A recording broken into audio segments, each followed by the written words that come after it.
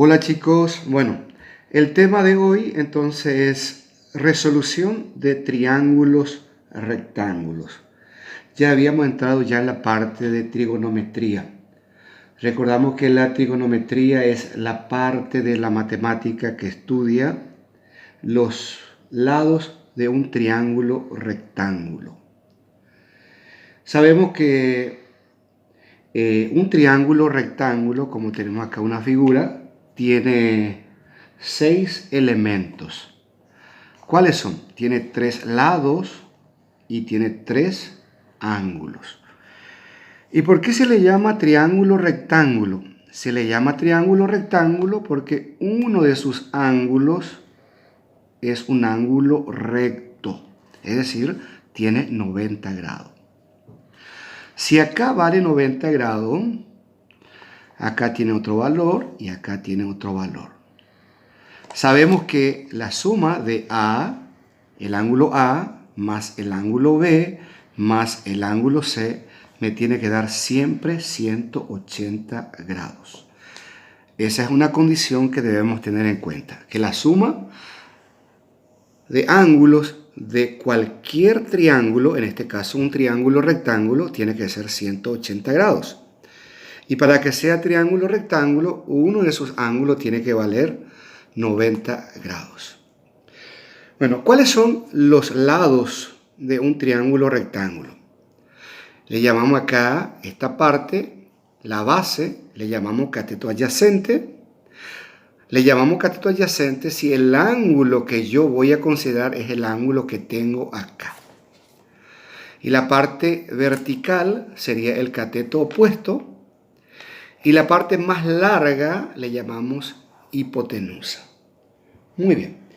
Aquí vamos a utilizar un teorema a la que le llamamos Pitágoras. ¿Qué dice el teorema de Pitágoras?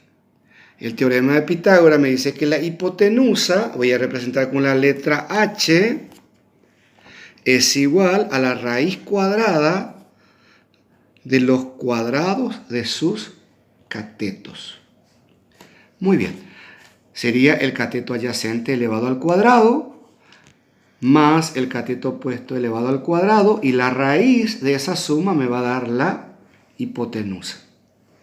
Muy bien, ¿por qué estamos estudiando acá un triángulo rectángulo? Porque queremos conocer las funciones trigonométricas. También le llamamos razones trigonométricas.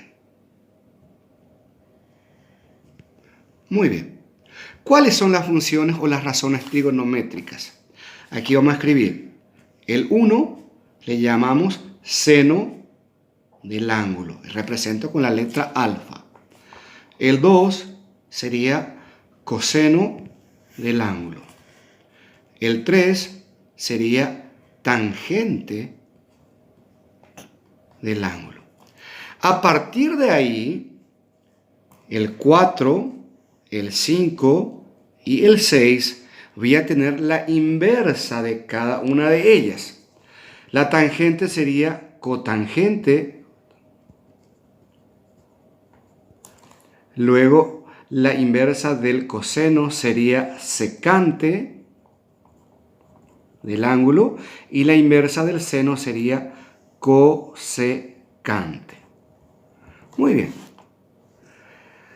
A continuación, vamos a ver cuáles son las fórmulas de cada una de ellas.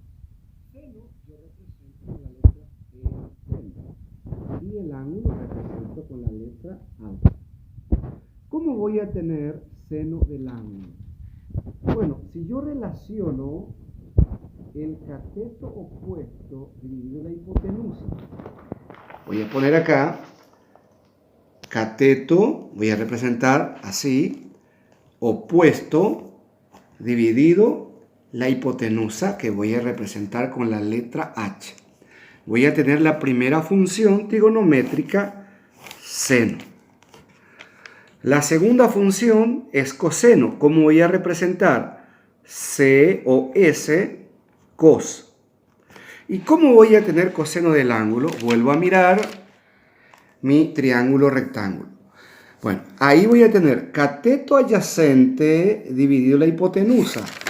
Entonces escribo acá, cateto adyacente dividido la hipotenusa. Me va a dar la función coseno. Después de coseno viene tangente. Y voy a representar tangente TG ángulo. ¿Y cómo voy a tener la tangente? Dividiendo el cateto opuesto con el cateto adyacente. Entonces sería cateto opuesto dividido cateto adyacente. Ahí voy a tener la función tangente. Muy bien, después viene la inversa. La inversa de la tangente es cotangente y represento así. Si es la inversa de la tangente, entonces este va arriba y este va abajo. Sería cateto adyacente dividido cateto opuesto. Ahí tengo la función cotangente. ¿Cuál sería la inversa del coseno? Sería secante. Secante del ángulo, represento de esta forma. Y si tengo acá coseno, la inversa sería h va arriba dividido cateto adyacente. Y ahí ya tengo la función secante. Por último, la inversa del seno. ¿Cuál es la inversa del seno? Es cosecante y represento de esta forma. Y me va a dar la inversa, sería la hipotenusa dividido el cateto opuesto. Muy bien. Aquí tenemos entonces todas las funciones trigonométricas. Muy bien. En el próximo video vamos a ver un pequeño ejemplo. Gracias.